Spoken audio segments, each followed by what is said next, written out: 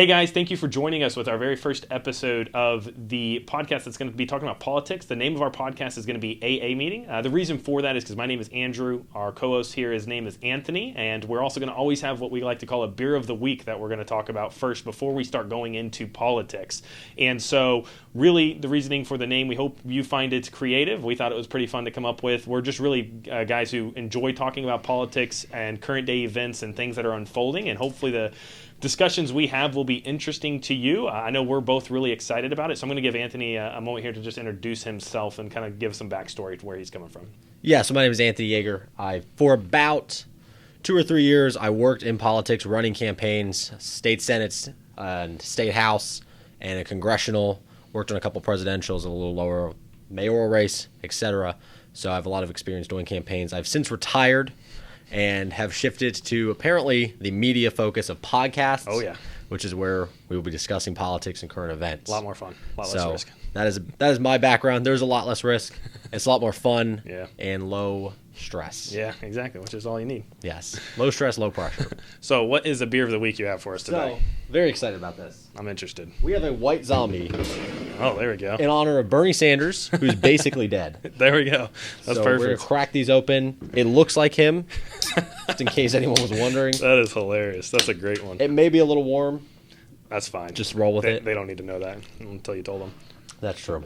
I want full transparency here. Cool. So we got White Zombie in honor of Bernie Sanders, who had a heart attack last week. Yeah, he did have a heart attack. Yeah. And age came up with the debate. Yeah, which is pretty interesting, which is going to be our first topic. So the Democratic debate is going to be kind of obviously since it just took place, we figured it'd be the first topic for the actual conversation today.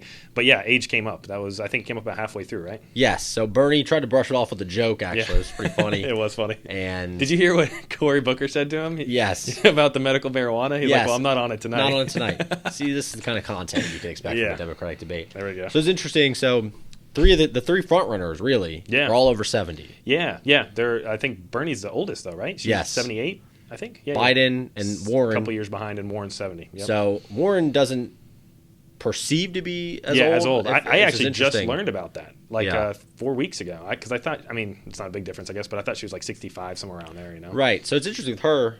Well, Biden and Sanders have been around politics forever. For a lot longer than she has. That's a good point. So she came on the scene in 2008, 2009 with the Consumer Financial Protection Bureau. Yeah. So maybe perception isn't there. She's been a senator. That's true. Like Bernie and especially Biden's been kind of a household name for a long time, in some sense, I guess. Because he's been around. When did he run for president the first time? It was in the 80s. I want to say 88. God. And then 2008 he gets shellacked. It's kind of embarrassing. By Barack Obama and Hillary Clinton. And now here he is running on Obama's legacy. Third time a charm. That's funny. Yeah, they barely went into the age issue that much, and it was kind of funny because it was like the first question they asked Bernie after like 40 minutes of not asking him questions. Or if you look at the talk time for the debate, Bernie Sanders is always polling 3, and any polls you do, he's always in 3rd or 2nd place depending on state specifics. But in terms of talk time, he was like, I think he was like the 9th on the list or the 8th on the list. He only spoke for a very few minutes. Amy Klobuchar was ahead of him, Beto, Mayor Pete, and I think Kamala Harris may have been right with him, so it's pretty weird. Well, Bernie's been running the same campaign for 5 years. True. 5 or 6 years, so I think his message that's a good point. is clearly out there. Yeah. But I think he has this base of supporters that's never going to leave him no matter what. Yeah, very true. I think they'll stick with him until whatever happens. Yeah, for sure. So with the debate, I know the first thing they started talking about was impeachment. I think they spent like half an hour on it, which was kind of weird to me because no one on the stage is going to say they're really against impeachment that much, I feel like, because it's kind of political suicide. You might say we cautiously will approach it in an unbiased way. You might try to preface it, but no one's going to come out outright and say, no, Donald Trump shouldn't be impeached when you're running for the Democratic nomination, I feel like. So I don't know why they spent half an hour on that. Nor can they take the counter argument, which the Republicans are putting up. Sure.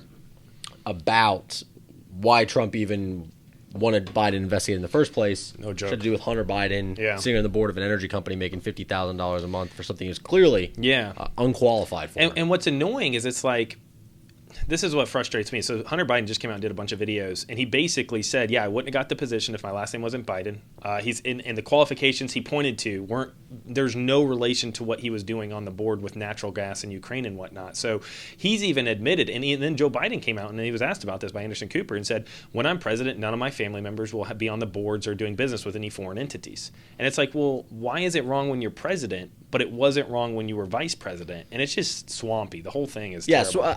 Swampy. So this is what people hate about politicians, is that they get in office with, maybe moderate amounts of wealth, and they come out and they're multimillionaires. Yeah, why? And what happened? Yeah, exactly. They're only making $176,000 a year in Congress. Yeah. So Biden's son clearly benefited from his name. Yeah, There's no other clearly. reason he would have been doing that. Yeah. Obviously, the flip side is the Trump children and family have also enriched themselves on his presidency. Obviously. And not only that, and I don't know if you heard about this, I think it was announced today, but the G7 summit next year is going to happen at Trump's resort. Yes. And you're like, how is that allowed? Yeah, it just doesn't make any sense. And this is why I think a lot of very good, well-intentioned and good people are just tired of even paying attention to politics, is because it just always seems like both sides are calling each other out, calling the pot, calling kettle black, or whatever the hell the saying is called. And so they're obviously both using their political influence to enrich themselves. And neither side will admit they're doing it, but they're going to bat about the other side. It's just annoying to me. Right, and that's one of the many reasons I think that led to Trump getting elected 3 years ago. Sure. Is people were tired of this, the swamp. Yeah. The swamp's still very much alive, but big time. He said it wouldn't be. Yeah. And so now you have Democrats kind of tripping over themselves about impeachment. Yeah. And my question is, do voters care about this? The voters are going to swing the election next year in 13 months. Do they care about this? I don't know. I don't think they do. Yeah, I don't know. Because the reason I don't think they do, though, and this is a fault of the Democrats, in my opinion, they've been screaming about impeachment seemingly, at least ever since he was elected. And you can't constantly have that on repeat. And then the one time it's actually worth, or I shouldn't say one time, but a clear time it is worth impeaching him, people are just tired of hearing it a lot of times. They're just like, look, I don't know if this is a serious time where we should be paying attention, or if this is just you guys making noise and you're like, we finally got him on something, Right, and you don't need to convince me that the Democrats are poor on messaging. Yeah. But there are also a variety of things that Trump theoretically could have been impeached for. That big any other time. president. Yeah, would have been impeached for a lot, actually. And to me, this is the simplest one. You don't have to be a rocket scientist to say a U.S. president should never be asking a foreign government to get dirt on the political opponent. And if a president does that, especially if there's an element of withholding aid, and even if he didn't withhold aid, it's still impeachable in my opinion, because that's not a precedent we want any president to ever do, and it should be impeachable regardless of the aid. The aid is a smokescreen in my opinion. Right, but so then Trump can turn around and say, well, why was Hunter Biden on this board? Sure. What did Biden and the Obama administration to a great extent do to avoid conflict of interest? Right, avoid conflict of interest, but also get Hunter Biden out there. Yeah. No one would have hired him, like I said earlier, if his last name wasn't Biden. Yeah. But this is the thing, like I said, not to hammer it, but the Trump family and the children have enriched themselves. There's a lot going on with Ivanka and Jared, the two sons. Yeah, Ivanka and Jared are a whole separate story. Yeah. But so this is the thing. Politically, is it the right calculation to impeach? I don't know. So there's principles and then there's politics. So politically, it might backfire on them. It usually it does actually for probably will. I mean, and you saw this with Bill Clinton, actually, when they tried to impeach him, his favorability rating went up because people were like, why are we worrying about all these details? Let him just run the country. And I feel like a lot of that response is going to be the same for Trump supporters. They're going to be like, just let him run the country. If you don't like him, vote him out. We're a democracy, or a republic. And so why not just vote him out if you don't like him? Why are you trying to impeach him? Is it because you're afraid to lose again? Like, there's those rumors that start spreading around. It's annoying. So this is the fundamental issue. Are Democrats occupying their time with trying to oust Trump? Yeah. Or are they focused on issues that matter at the kitchen table, quote unquote? So my opinion is the Nancy Pelosi, Joe Biden type of strand of the government, they're just trying to combat Trump and out Trump. I never really hear ideas from them, and maybe they're just bad communicators. It might be that, but I can't think of many issues where I'm like, yeah, this is what Nancy Pelosi, Joe Biden, the centrists and the moderate lane stand for. They usually just basically say, well, we can't do that because that's too extreme to like the Bernie Sanders and Elizabeth Warren, but we can't be Republicans because they're dirty racists and we're not that, so let's do nothing. It's kind of like the elements with them I feel like they have. So this is the moderate versus liberal debate, which was brought up a little showcased at the Democratic primary debate. Sure. But so you have the Democrats and the centrists, like Nancy Pelosi is arguing Trump is so bad that no other issue is worth our time discussing. We need to get rid of him, and then we'll figure everything else out. Yeah. And so you have someone like Mayor Pete standing up on Tuesday night saying we need to get rid of Trump. But what else are we going to do? Exactly. What's going to make people want to vote for us other than we're being against Trump? We tried against Trump with Hillary. Yeah. Didn't work. Yeah. That's a very good point. No, the message can't just be, in my opinion, beat Trump. It can't just be that. You have to give people a reason to vote for you and to support you. It can't just be, well, we're not him. And I think a lot of the reasons Hillary Clinton lost and the Democratic establishment lost, and even the Republican establishment lost to Donald Trump in a lot of ways during the election at least, was because they were just kind of like mocking him in a, well, he's ridiculous, so let's be serious, but they weren't speaking to the needs that people thought they had, you know? Like, you never really hear a lot of talk about, like, healthcare, which is, like, one of the number one issues people have. Immigration is actually another concern people have, which is why Donald Trump's positions were so popular, because at least he was talking about doing practical things to what, you know, people feared. And so to me, the moderate Democrat lane, I mean, if they're trying to say we have to spend all our time impeaching Trump because he's a serious threat and then we'll get on to issues, that just to me says you don't have any issues. You have principles about that you want to stand for. You can't focus on more than one thing, is how that comes across. Right. And the other thing is, I think generally Republicans message much better than Democrats. Way better. And immigration is one of these things. Way better. Number one, it's playing on people's fear. Sure. Yeah. But it's also something that's so easy to pit them and us. Yeah. And Donald Trump does it obviously better than anyone. Yeah. You think about building a wall to keep out That's people true. that are different. Yeah. And so for Democrats, if they're talking about immigration next year, they're losing the election. Yeah. And that's what Trump tried to do before 2018 with the caravan. Yeah, that's and true. stuff like that. And he controls the media and the narrative very well. Yeah. He does have a very good grasp on what causes a dog with a ball. I mean, he just knows how to throw the ball, where to throw the ball. And to an extent, I'm totally on board with the whole, like, Trump's an immature narcissist, but a lot of it to me is he's just has so much experience with the media that he's learned just by repeating what does and doesn't work. And it still is the same world we live in now than it was 30 years ago with the media. He says something crazy and they're going to report on it, and he gets to switch the narrative. And it's like, it's weird to me how quick it works every time, it feels like. Right. I mean, and it's the well, and he keeps going back to it. Yeah. And it's like this keeps producing a success. Yeah. Where, okay, I have this impeachment inquiry coming against me for something that's clearly impeachable. Yeah. I think there's no context necessary. Yeah. But okay, I'm going to pull the troops out of Syria. Yeah. This will take the news coverage for 2 cycles, and then we're talking about impeachment. It's not even in the New York Times. We're not talking about CNN. Yeah. It's not. Or if it is, it's like a third tier item. And it's funny because it's like, I mean, obviously I have no evidence to suggest that that's why he pulled out of Syria, but I wouldn't put it past him to do something like that changes the news, the headlines, and he already knows that saying let's end the endless wars, let's get out of the Middle East is a politically popular decision, because most people don't think through the practical steps of how that would play out. They just like the idea of, why are we in the Middle East? Let's get out of there. Let's save that money. So he not only is he changing headlines in some sense, he's also making a politically calculated move where it boosts his appeal with a bunch of Americans, because they're like, well, why is this impeachment stuff happening?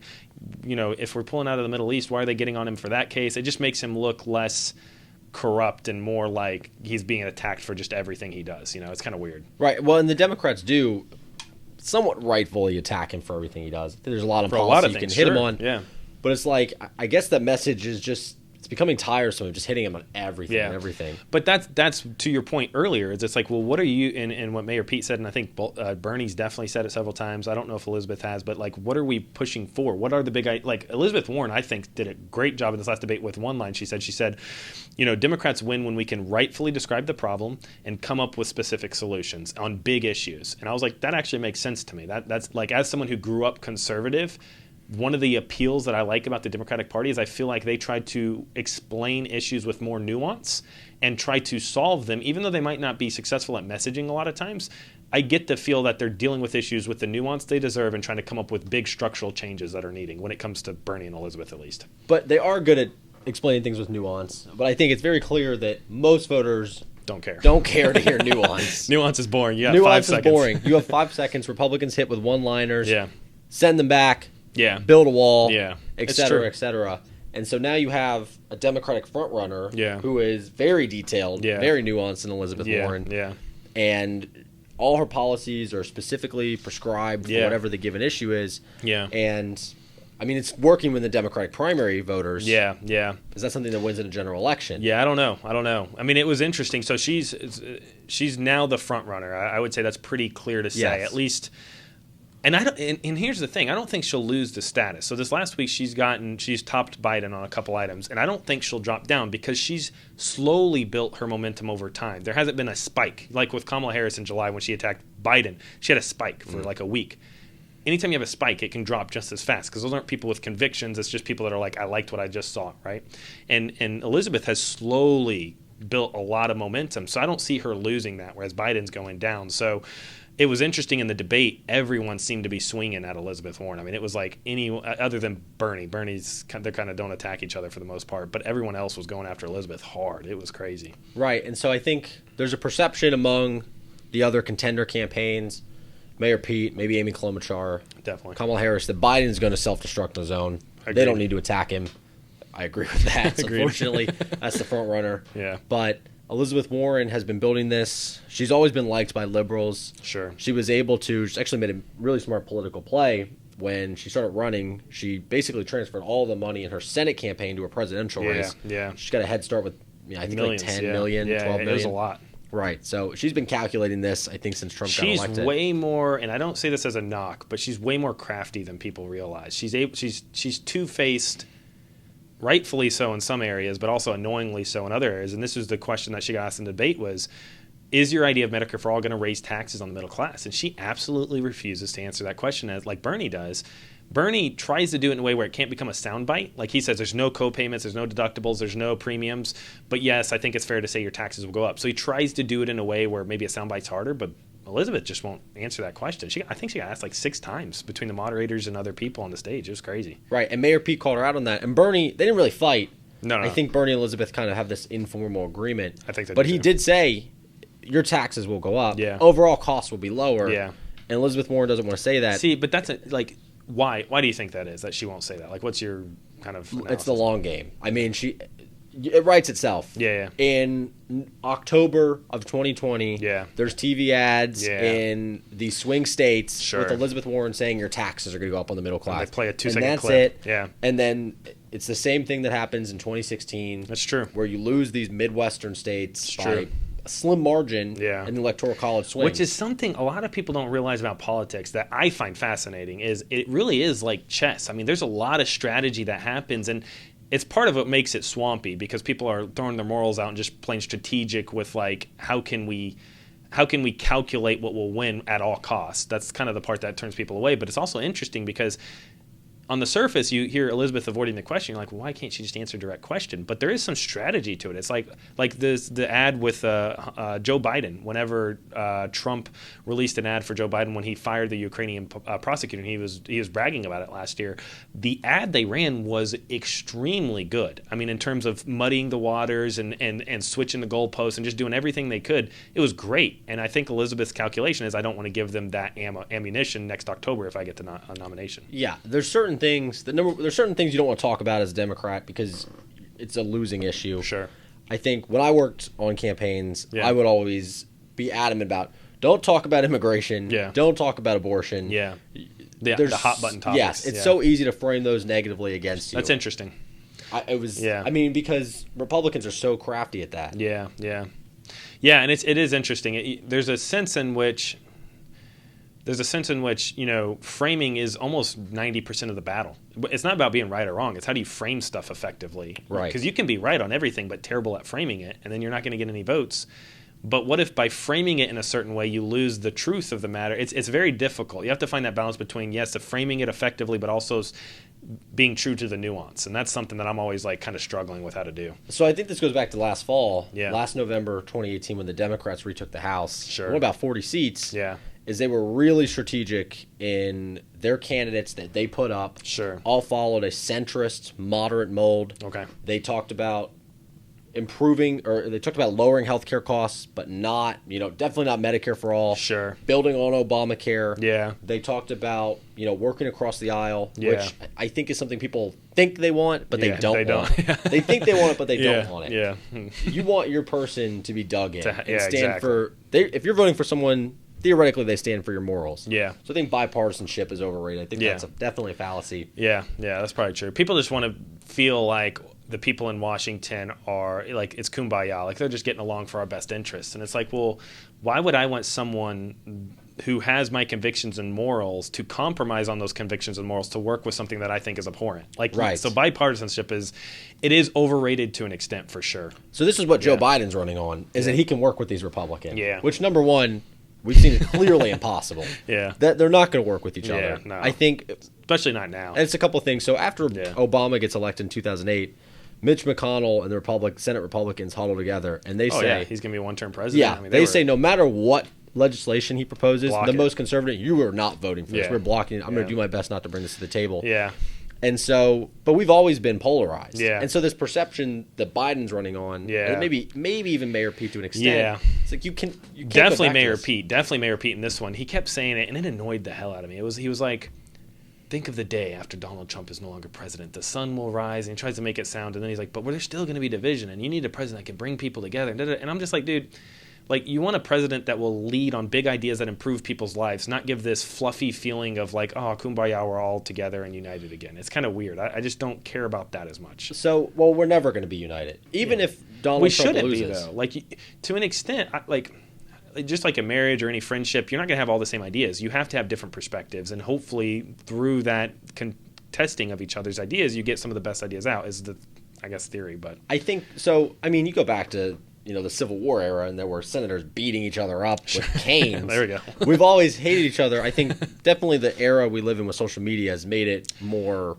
public. I think what's probably different is, whereas the politicians have always been pretty aggressive, social media has made people of parties be more aggressive towards each other. Maybe right. There's an I think there's definitely something to that. I think there are the base, the hardest Trump supporters and the hardest liberal Democrats probably really disdain each other, and they're never going to agree on anything. Yeah, and I think next year is going to be a really interesting year for our country. Yeah, in this 2020 election, it's going to be super heated. Yeah, I think it's going to be very negative. No matter who wins. Based on the debate and polling so far, especially like last night's performance, who do you think will actually end up being the nominee for the Democratic Party? Is it up in the air? Or I think it will be Elizabeth Warren or Mayor Pete. Really? I don't see Bernie. Sure. Bernie isn't going to lose ground. He's not gain ground. Yeah, right. Sure. And he's going to stay stagnant. Mayor Pete, I think, is playing a long game. I think Biden's going to collapse. Sure. I mean, obviously, this is October of 2019. Yeah, there's a lot. But if Elizabeth Warren is a nominee, what's the path? What's the path for any Democrat? Because I could point cons at all of them. Yeah, exactly. No, I mean, it's difficult because Trump is just really effective, and assuming the impeachment stuff doesn't go through, which it won't, there's no way Republicans are going to impeach him or remove him from office. It's just not going to happen. So, yeah, I mean, it'll be difficult. Whoever gets the nomination has a very uphill battle, and people like to try to think Trump is really easy to beat because they keep releasing these polls about how everyone polls 10% higher than him if there was a matchup between Trump and them. I'm just like, you guys don't understand. He hasn't laser focused on anyone to tear them down yet, and as soon as the Republican Party does, I mean, the amount of money that they've been fundraising the GOP is insane. So, they're going to shred whoever the nominee is. And the polls that polls in 2016 were all saying Hillary was going to win. Sure, they weren't necessarily wrong per se. No, actually, it was within the margin. Yeah, it was within the margin. She won the popular vote. Yeah. So in the sense that, like, most Americans disapproved of Trump, that can be true and he can still win. Yeah, exactly. Which is a whole other subject. Horrible flaw in the system. But this is what we have. Yeah, exactly. You have to play the game. Yeah. And I mean, to be honest with you, I mean, I think that if the Democrats if the shoe would have been on the other foot, they would not be talking about trying to remove the Electoral College. There wouldn't be as many issues. So there is a sense, and Andrew Yang said this, he's like, it's kind of bad taste to always talk about removing the Electoral College and go to popular vote when you're the party that just lost the Electoral College every time. Like, there's not to say there's not valid arguments against the Electoral College. It just seems to be funny that that's the only time it gets brought up. But it is, so Democrats are always the ones that don't benefit from this. That's true. You go back to 2000. Yeah, George Bush, obviously Hillary in 2016. But I think if a liberal Democrat somehow wins and they take back the Senate by, the 5% chance they could in the House, I think they have to spend those 2 years being incredibly aggressive. And I'm talking, you have to pack the Who's Supreme going to be Court. that, though? Who's going to be aggressive? Out of the people that are top polling right Bernie now? Sanders would be. Yeah, Bernie Sanders would be. This is the argument for the liberals, is that if Bernie wins, he won't stop fighting. No, until he dies, literally. Which could be at any minute. White zombie, Yeah. So, I mean, really, though. So if Bernie wins, that movement doesn't stop at the White House. No, and he's actually said something that's very interesting, and I like, is he's like, look, people are going to get on with my agenda within my party, or I will go primary them out of their own office. Like, he straight up said that, which to me is, regardless of if you agree with him or not, it's like, heck yeah, like, that's what I want to see in my president is like, look, if people don't fall in line within the party, you get them within line, because I was elected by the people for this platform. And so anyone that's against that platform is against the people that elected me, So there is an element there, regardless of Republican or Democrat. So I think in some hypothetical universe, if Bernie was president, Sure. and there's full Democratic control, Yeah. I think you have to pack the Supreme Court to make up for the 1.5 lost seats. If you think about Sure. it, the seat that Obama nominated, like, kind of stolen. Yeah. Kavanaugh. You have to give D.C. and Puerto Rico statehood. Sure. That helps Democrats in the Electoral College. Yeah. I think there's paths for Democrats to play like Republicans. Sure. I think the only one to do it is Bernie Sanders. Yeah. Yeah. This is not like an endorsement. I haven't actually heard him speak about the Supreme Court because I got asked in the debate. I think Mayor Pete talked about it. Mayor Pete, because, and I'm not knowledgeable enough about the specifics to know if this is what he's actually doing, but I appreciate the sentiment of trying to depoliticize the Supreme Court because I really don't think it should be as political as it is, and unfortunately it is. And so his idea of having 15 people and the 5 of them are nominated by unanimous decision by the other 10 does, in a sense, depoliticize it. I just can't see a scenario in which 10 Supreme Court... I mean, when have they we would ever never agree on anyone? Yeah. You would never fill the seats. Exactly. So that's why I'm saying, like, I don't know enough about the specifics, but I do tend to agree where you can depoliticize the Supreme Court, we should, because I don't think it's right that every time chaos erupts because someone's died or retired and we should have our party in charge to get that. It just... Right. It contaminates to me what should be a very pure institution as much as possible, which is, just... But and this goes back to the thing, was it ever pure? Well, maybe not, but maybe we can get it more pure. Right. And I don't want to tangent too much on Sure. the Supreme Court. Yeah. But it's these things that Democrats have to figure out what they want to stand for. Yeah. And so, based on everything right now, as someone who's going to vote for whoever the Democratic nominee is, Yeah. I don't know what the path of victory is. Yeah, I mean, based on the debate last night, so Elizabeth Warren got attacked a lot. The impeachment issue wasn't super interesting to me. There weren't a lot of you don't hear very much new information at this point in the process because everyone's platform's kind of well known out there. So I watched the debate several times, and I didn't really feel like I came away. Did it die? Sorry about that. Had some technical difficulties with the camera cutting out. Might be a little bit different angle on Anthony. We had to switch out the camera, so sorry about that. But one of the points in the debate that I would hate if we left out, because it was by far the most important and profound moment of the night, was Kamala asking Elizabeth to stand with her in banning Donald Trump from Twitter. What a cause. So that's certainly not true. It was not a profound moment.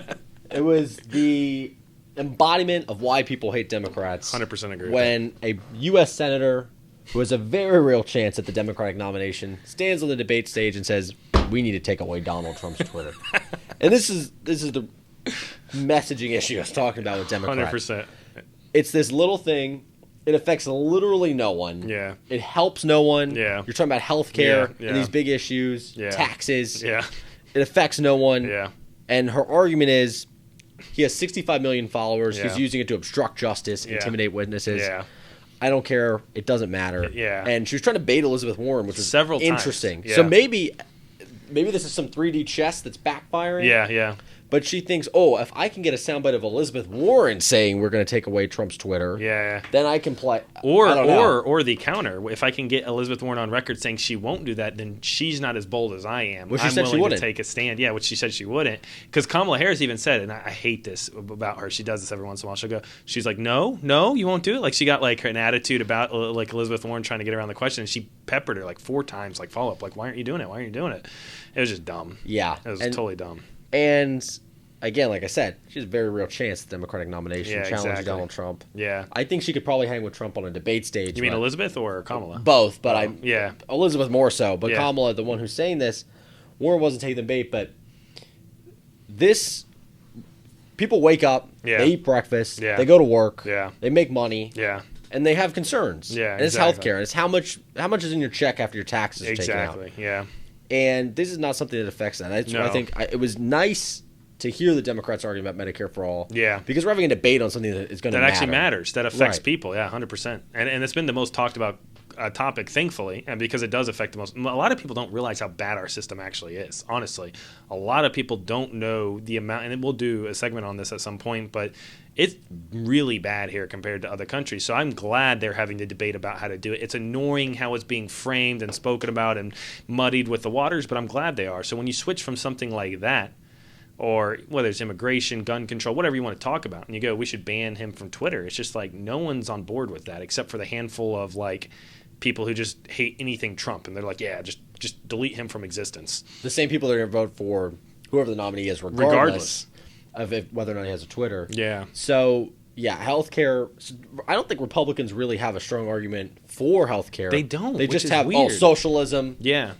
Private insurance. So their only two talking points are, well, we can't let the government control because then that's socialism, and obviously Venezuela. I mean, enough said, brah. Like, what you thinking, brah?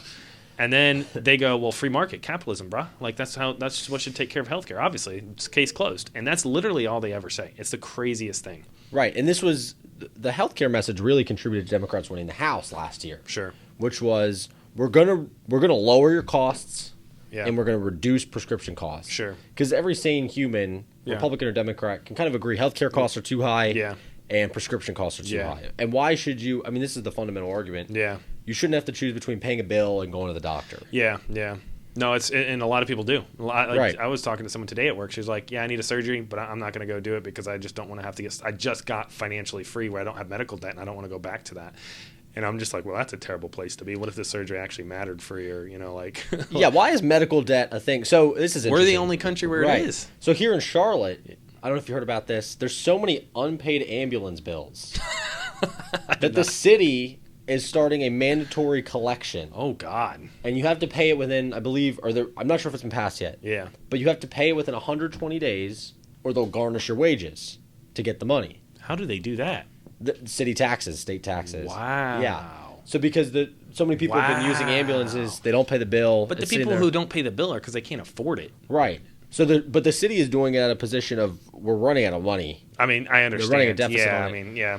So this thing, why is even for a government? Sure. Why is something a for-profit? Yeah. Especially healthcare. I was going to say, why is healthcare for profit? Yeah. Because in certain models, you have to have for profit as the incentive. I get that. Like within business and a lot of industries, you have to. I get that. But within healthcare, that should not be the underlying priority. Just like we agree, it's not for police officers. I mean, if you called 911 and they said, well, I'm not going to tell you how much this costs till we get out there, and with us coming, you have to be damn sure that the threat is well enough for you to go into debt for us to come out there, And so it's like, maybe I didn't hear someone break through my window upstairs. Maybe I should go check it out instead of just calling 911. Like, it puts you in weird situations that put your life at risk. And this is what's super frustrating to me is on the debate stage, the moderators do this every time. Joe Biden tries to do this, like, well, Bernie Sanders is going to cost $30 trillion over the next 10 years. Where are you going to get that money? What we're doing now is costing us about $40 to $50 trillion in total cost for this country for healthcare over the next 10 years. So Medicare for all covers everyone, which we don't have now, and saves us anywhere from $3 to $7 trillion over the next 10 years. So it's cheaper and does more. Right. Like, who would be against that? I don't understand. It sounds like you're for it. Yeah. So, and here, there's the two problems, and I'm probably for it too. Yeah. But, so the good thing is, in theory, after this is implemented, no individual would ever have to decide between that theory that I laid out, which is paying a bill, paying your mortgage, your rent, your electricity, or going to the doctor. Mm-hmm. And this is what Warren and Bernie say, you got a lump, you got to get checked out, things like this, breast cancer. Yeah. You shouldn't have to go into debt. Yeah. And so the flip side is, and this is more so the Republican argument, is for the people who have private insurance, and they like it, which many do. So what do you do with that? What does that mean? Many people like their private insurance. So I'm not someone who's had to use my private insurance very often, but when I have, it's a mess and it's so annoying to try to figure out, well, what does it cover? How much does it cost? I mean, just going to the doctor recently, I'm like, this is literally, a doctor told me that. She's like, if you go through your insurance, if you get this test done, you send the bill to your insurance company. The company is going to charge your insurance company $3,000. If your insurance company does not cover it within your plan, then the bill will go to you. Yes. Or you can pay $250 cash directly to the company, and they'll do it for that amount. And you're just like, what the heck is that about? Yeah. Like, what if and thankfully we didn't need the test, but I mean, if I did, it's like, that's retarded. Like, I don't want to be stuck with a $3,000 bill on something like for that I don't need. Like, right. So now here you're in a situation where you probably should just pay the $250. Yeah. It's much safer. Yeah. Why are you having to make that decision? Why is this for profit? Well, that was my question with what you were saying is, who actually really likes their private insurance? Because as far as I understand it, people just like being able to be taken care of from a professional. Like, who is like really excited about their private insurance? I haven't met that person. I think the idea is, maybe I don't like this, but I don't want it to change. Yeah. What's the unknown out there? Yeah. And that's kind of fair, but the unknown can't be, in my mind, worse than what we have now in a lot of ways. But I do understand the argument that I believe it would take up 1/5 of the full federal budget, healthcare would. And so you're kind of like, holy cow. Well, how much does defense spending take up? Yeah, well, that's a different story. If we, as you saw on the debate stage, everyone, it's the weirdest thing. You'll hear people say we need to get out of the Middle East. Like some people will say that. Bernie means it. Everyone else just kind of says it. But as soon as it gets like push comes to shove on how to do it, everyone just agrees, actually, let's just stay over there and let's keep spending a bunch of money. It's actually keeping the world peaceful with us being over there. No matter how much they'll bash the Iraq war, the Afghanistan war being over there, they still agree we should be over there to some extent. It just depends on who you're talking to. So I think it's this idea of American, I don't even know what the word is. Americans, exceptionalism. Yeah, it's exceptionalism. Superiority. America's better. Superiority. Yeah. So we're here. Yeah. Can you imagine what you third worlders would be without us, our U.S. troops here? Yeah. There is, and this is what's hard, is it's like, well, in the Kurds, with what happened in Syria, they actually did want us there. They did want the U.S. We were their allies. Yeah, we were their allies. We defeated ISIS in Syria with the these people. Yeah. So there are elements where it's like we do need to be over there to an extent, and I can kind of get that.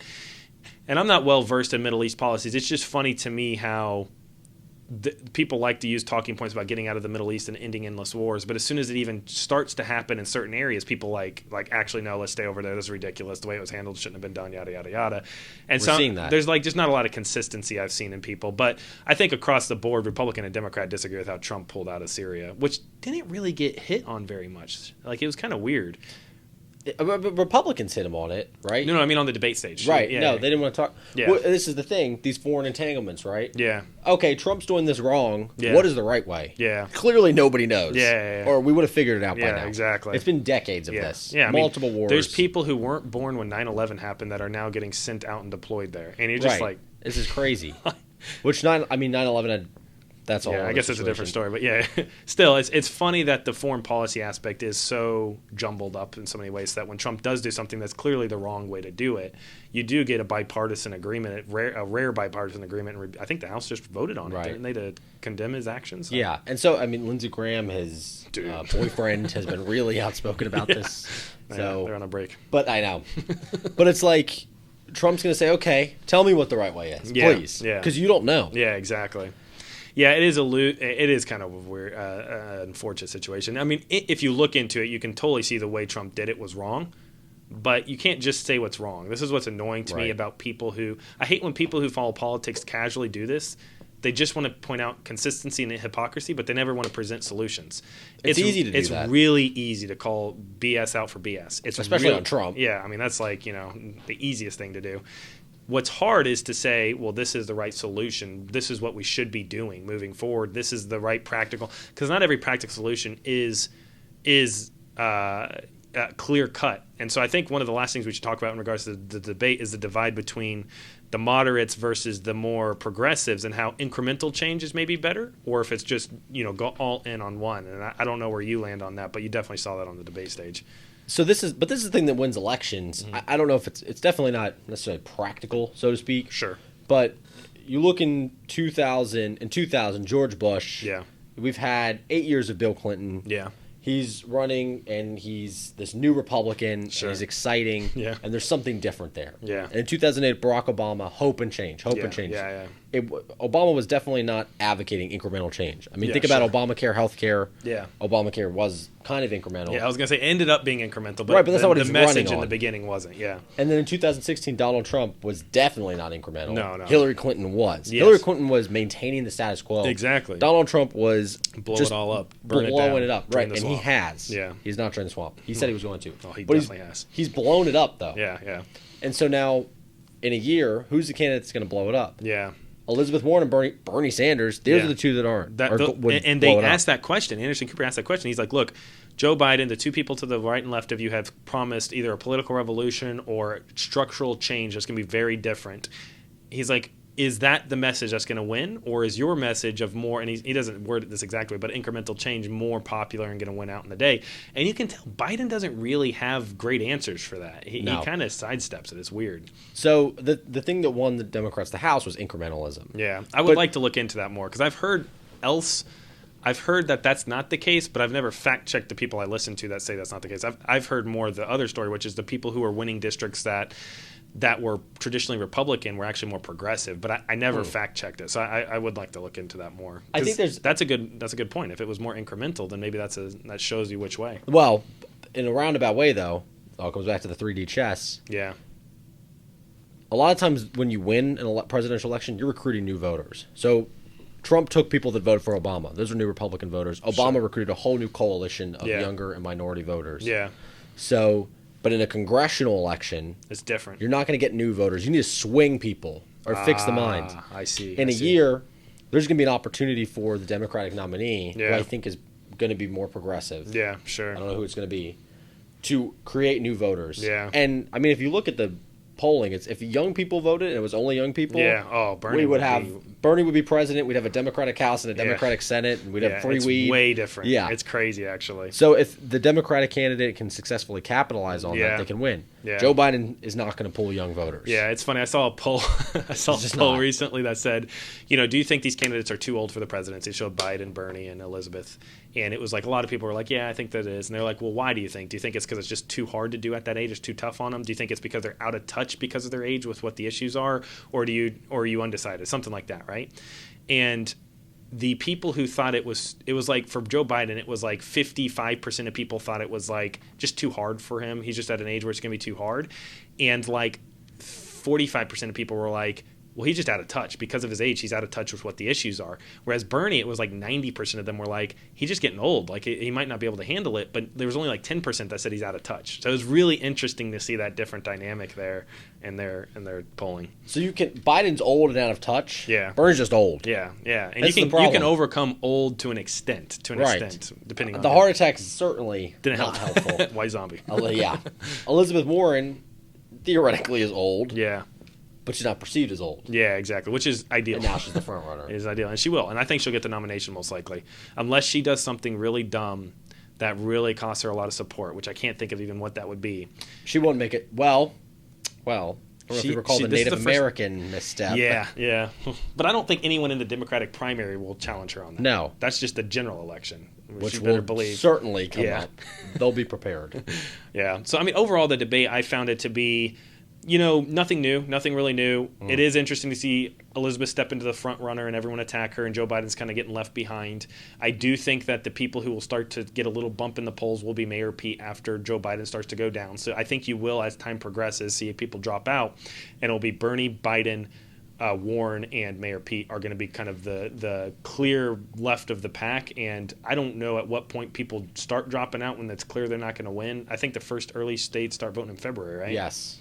So it'll be, I think in the next couple debates, you'll see, hopefully, the amount of people slims. Sure. Because 12 people. Tulsi Gabbard, Tom Steyer, you don't need to be up there. Klobuchar. Tom who?